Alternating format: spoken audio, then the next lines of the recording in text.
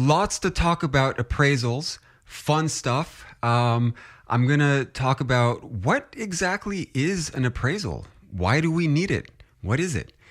And I'm going to show you how appraisal value might differ from market value and ultimately the purchase price. So let's get into it.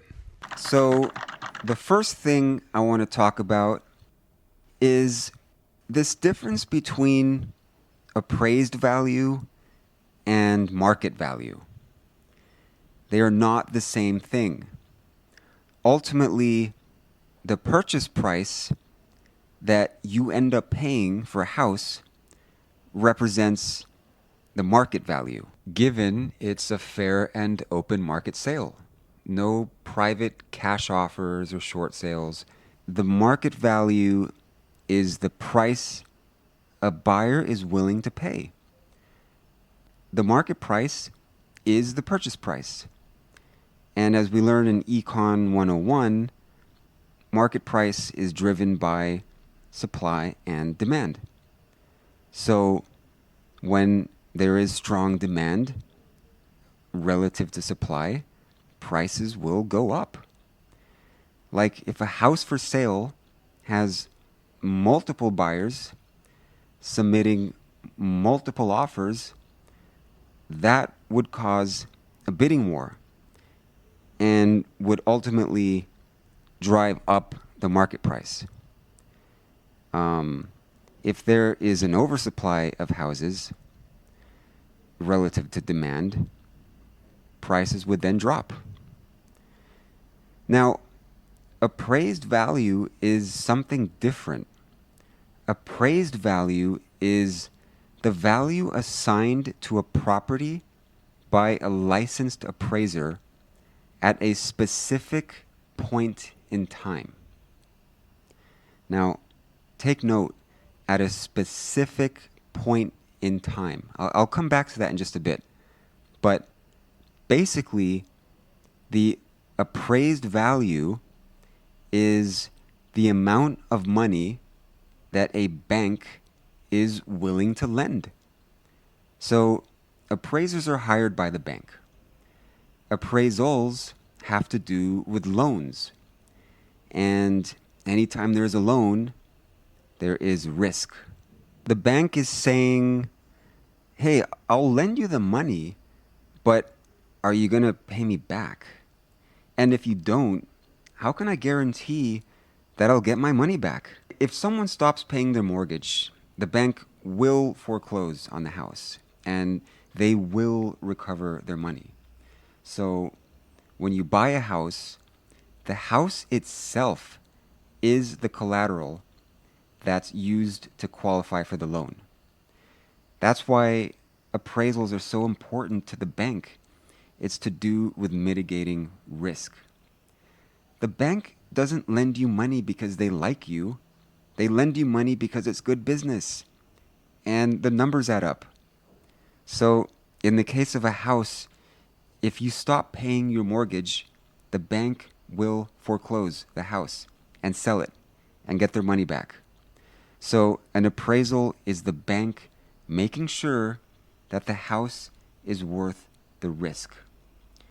So you may be asking, well, why can't the market value be the same thing as the appraised value? They should be the same thing, right? Like if someone is willing to pay the purchase price, then shouldn't the bank have the confidence that that's what it's worth? Well, no. Remember I said that the appraised value is the value assigned at a specific point in time? A specific point in time. So in economics, we have what's called a lagging indicator. A lagging indicator reflects market conditions that have happened in the past. They've already happened. As opposed to a leading indicator, which would be something that predicts what happens in the future. But as far as existing home sales data, that is a lagging indicator for the economy in general. And that's important because the bank thinks it's important. Meaning that if you buy a house You bought that house using information based on everything that's happened up until that point in time. As soon as you sign the contract, lock in that interest rate, go through escrow, and become a proud homeowner, up until that moment, you don't know what's going to happen in the market.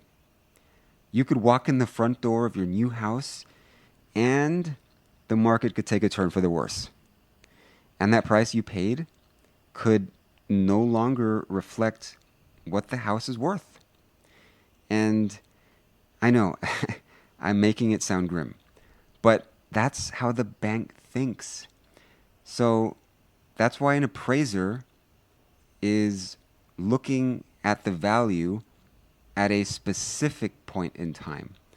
So in other words, and I think this is the clearest example, if there is a bidding war for a house and the price is pushed up to some astronomical price, a low appraisal would be the bank's way of saying, whoa, whoa, whoa, we don't think the house is actually worth that much.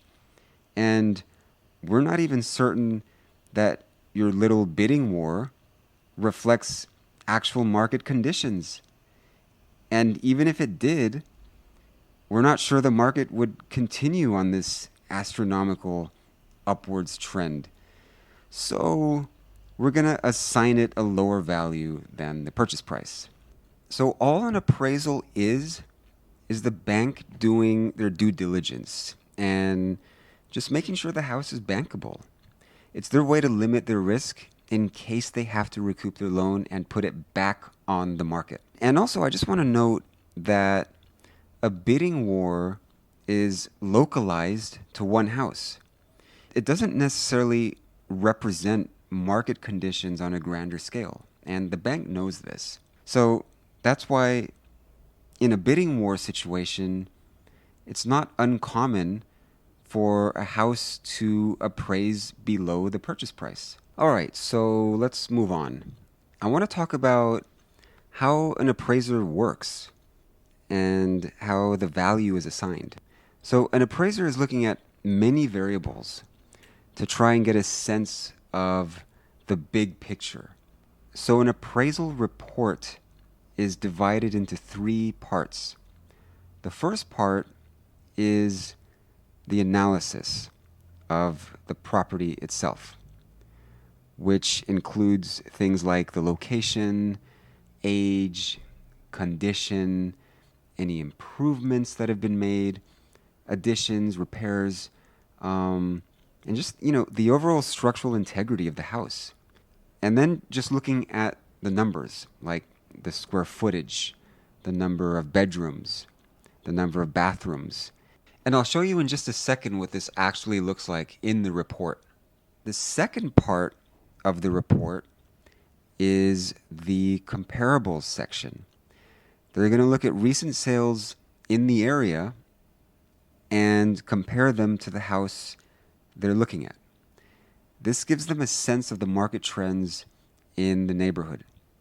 An appraiser will compare different houses to the one they're looking at.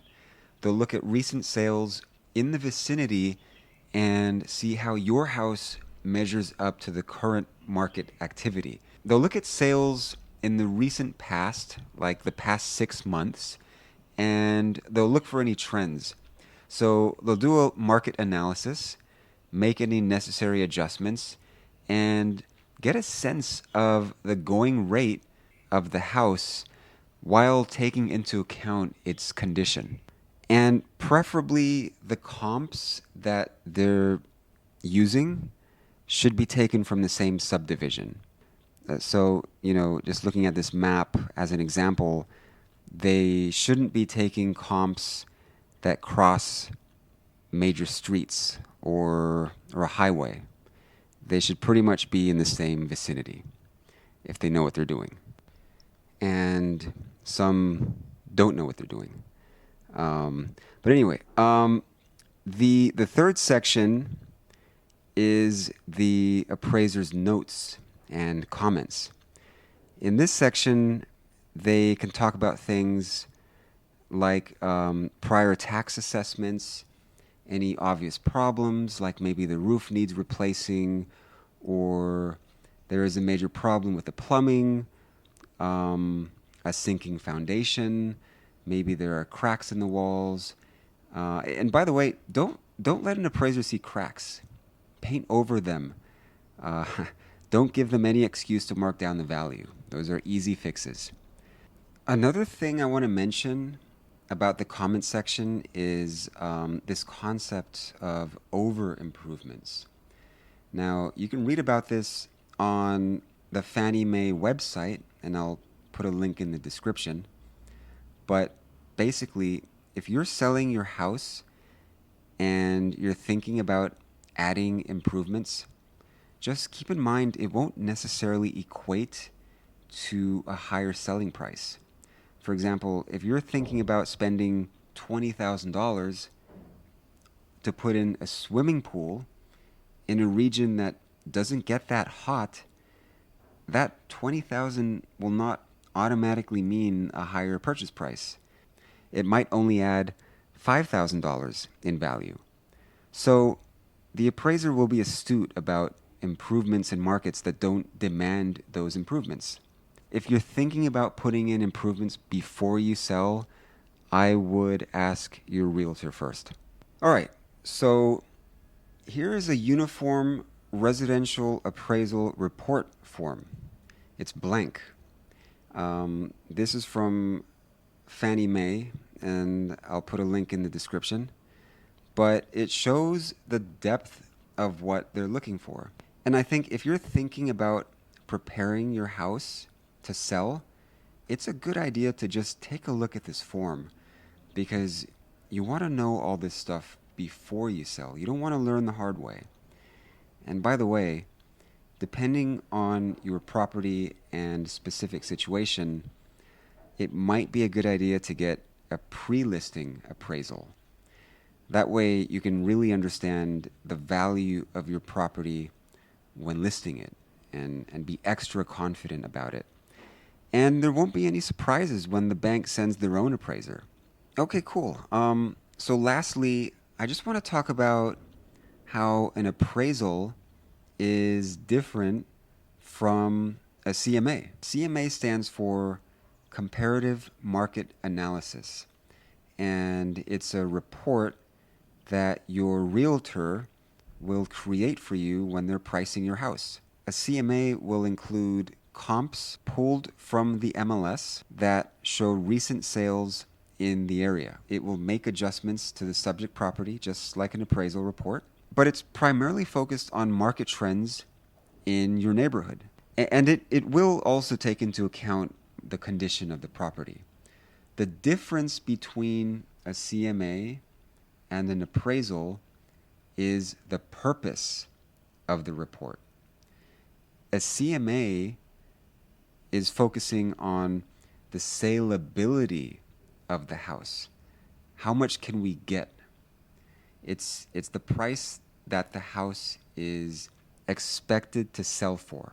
An appraisal is the amount that the lender is willing to lend. They're analyzing the integrity of the house within its market context. So they're kicking the tires, so to speak. Is it bankable? Now, in a perfect world, the CMA, the purchase price, and the appraisal should all be around the same number. It's when there are those big gaps between the appraisal and the purchase price that could cause problems. And I'll make a separate video on that. So I hope this helps. Let me know if you have any questions, and I'll see you in the next video.